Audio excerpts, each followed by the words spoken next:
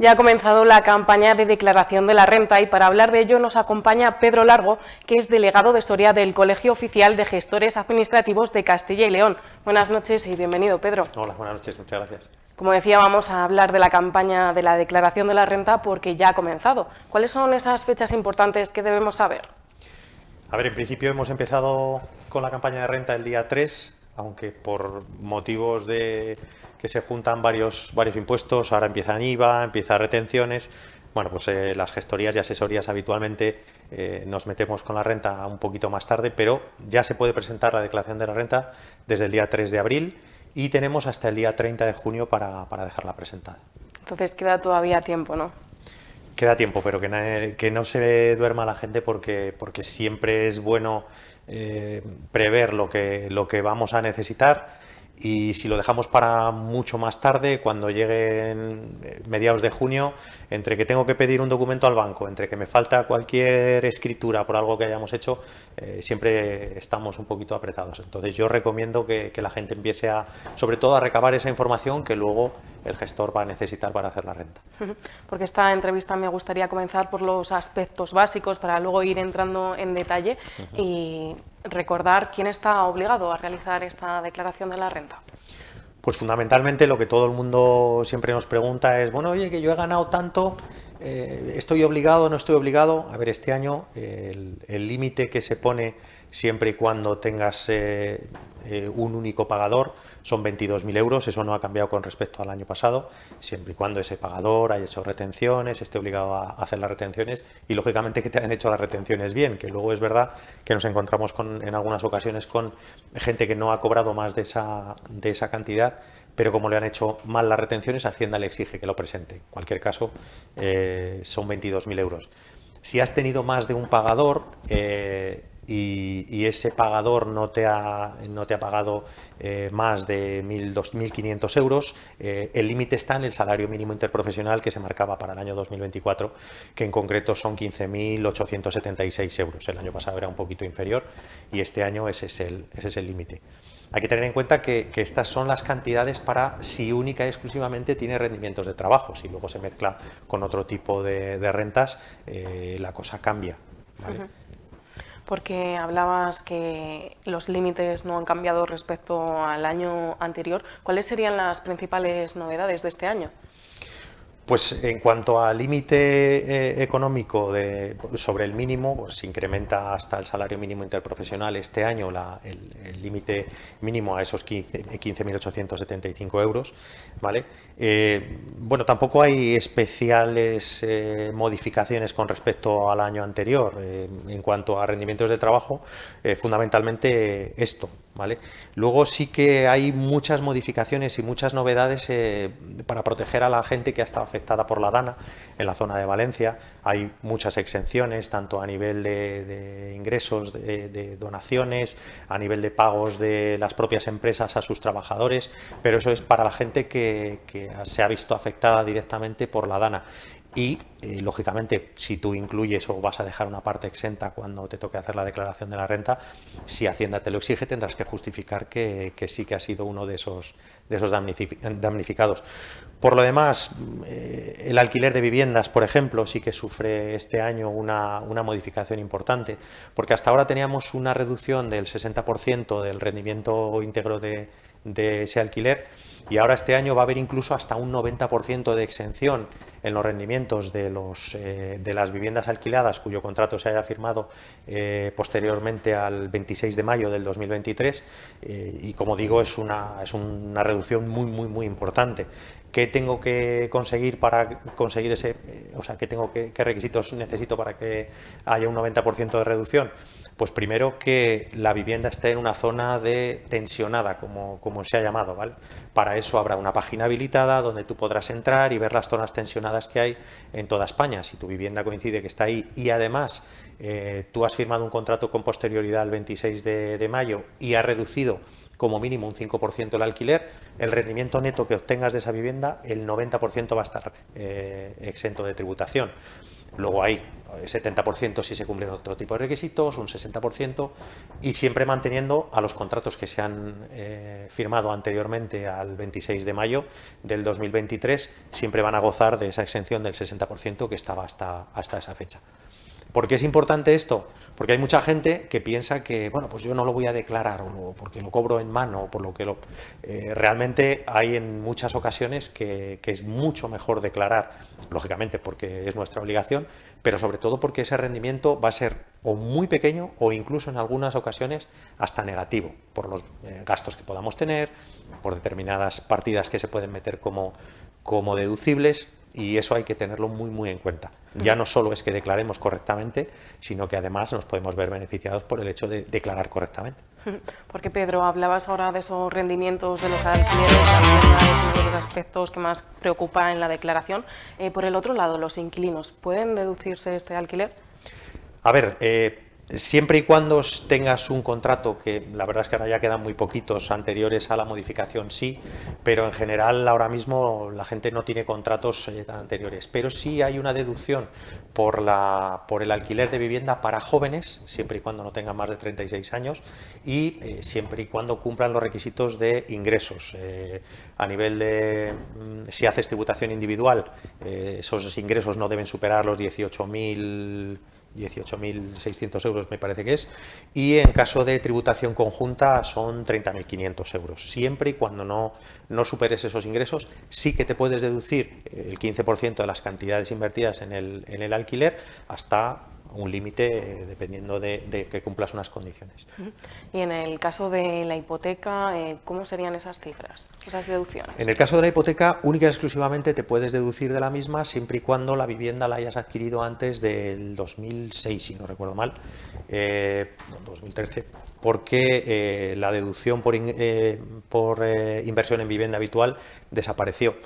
También es cierto que hay una deducción adicional autonómica si adquieres una vivienda en medio rural, siempre y cuando se cumplan los requisitos de ingresos, como hemos comentado antes, y también para adquisición de vivienda nueva, pero siempre y cuando el proyecto de esa vivienda haya sido visado en unas fechas muy concretas que...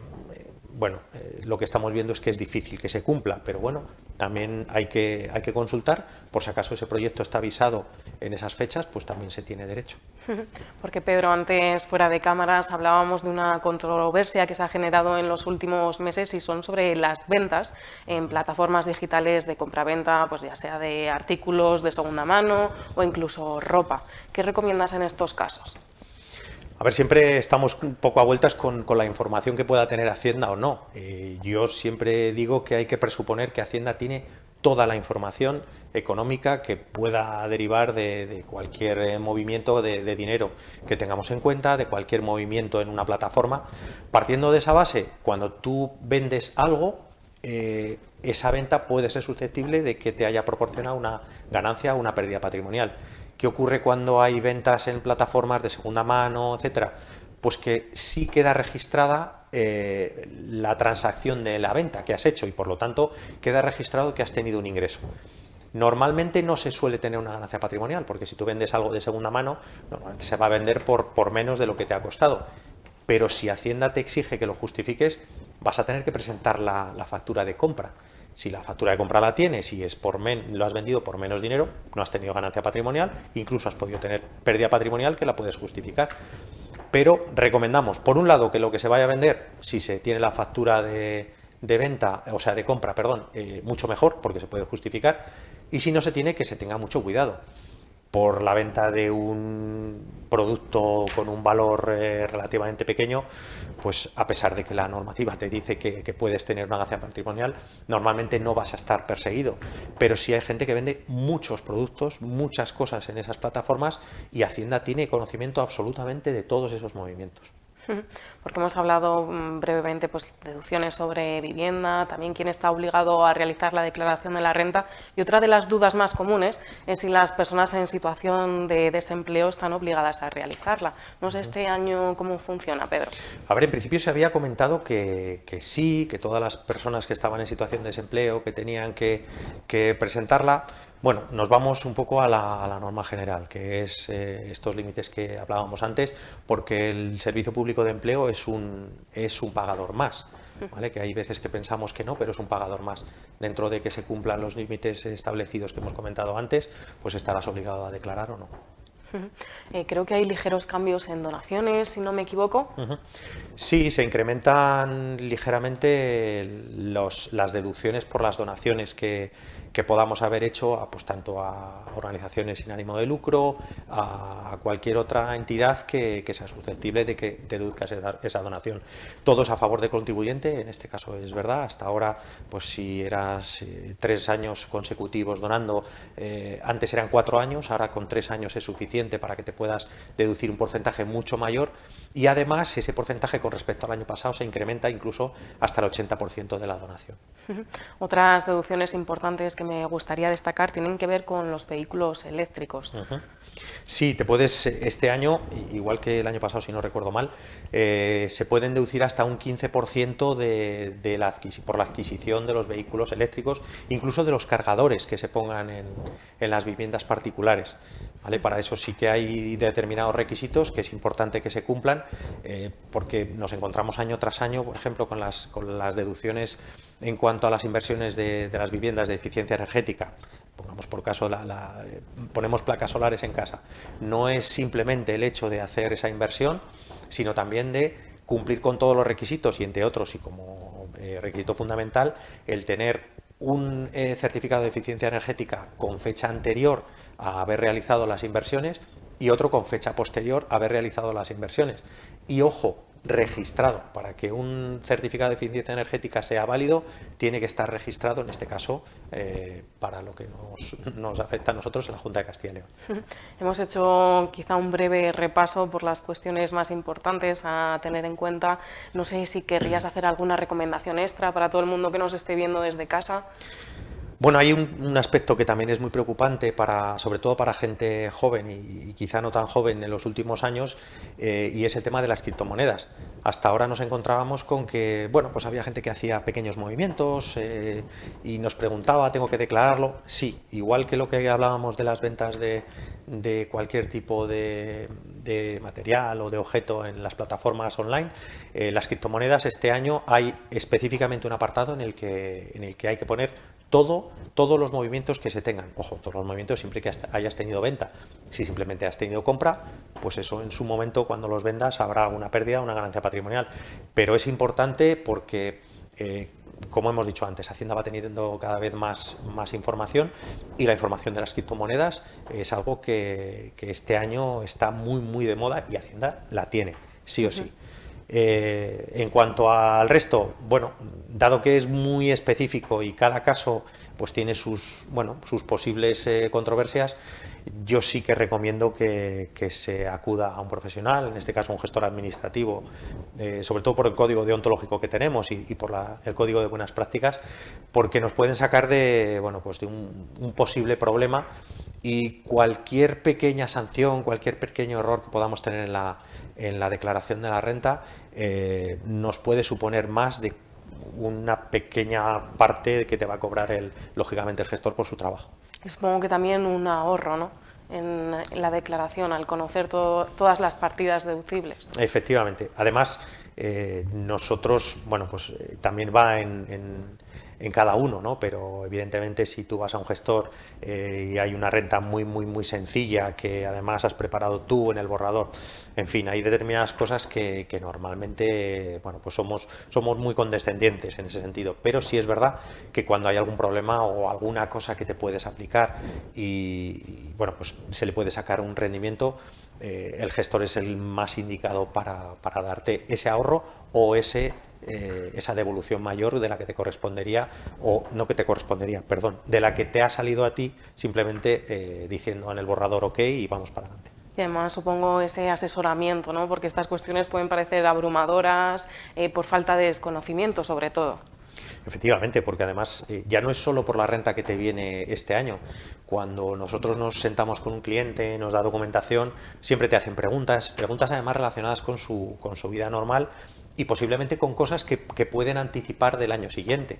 Estamos en el año 2025, ahora ya ocurren cosas que van a afectar a la renta del año que viene, con lo cual siempre se pueden anticipar, bueno, pues acciones o preparar cosas para que si este año, por lo que sea, la renta te ha salido de una manera o una cifra que no esperabas, tener esa información de por qué y preverlo de cara al año siguiente. Pues muchísimas gracias, Pedro, por habernos acompañado en el día de hoy y aclararnos esas dudas que supongo que todo el mundo también en casa tiene sobre esta campaña de la declaración de la renta. Gracias a vosotros por contar con nosotros. Y ahora nos vamos hasta Madrid, porque desde Canal 9 Soria nos hemos desplazado hasta el Salón Gourmet para conocer la presencia de varias empresas sorianas.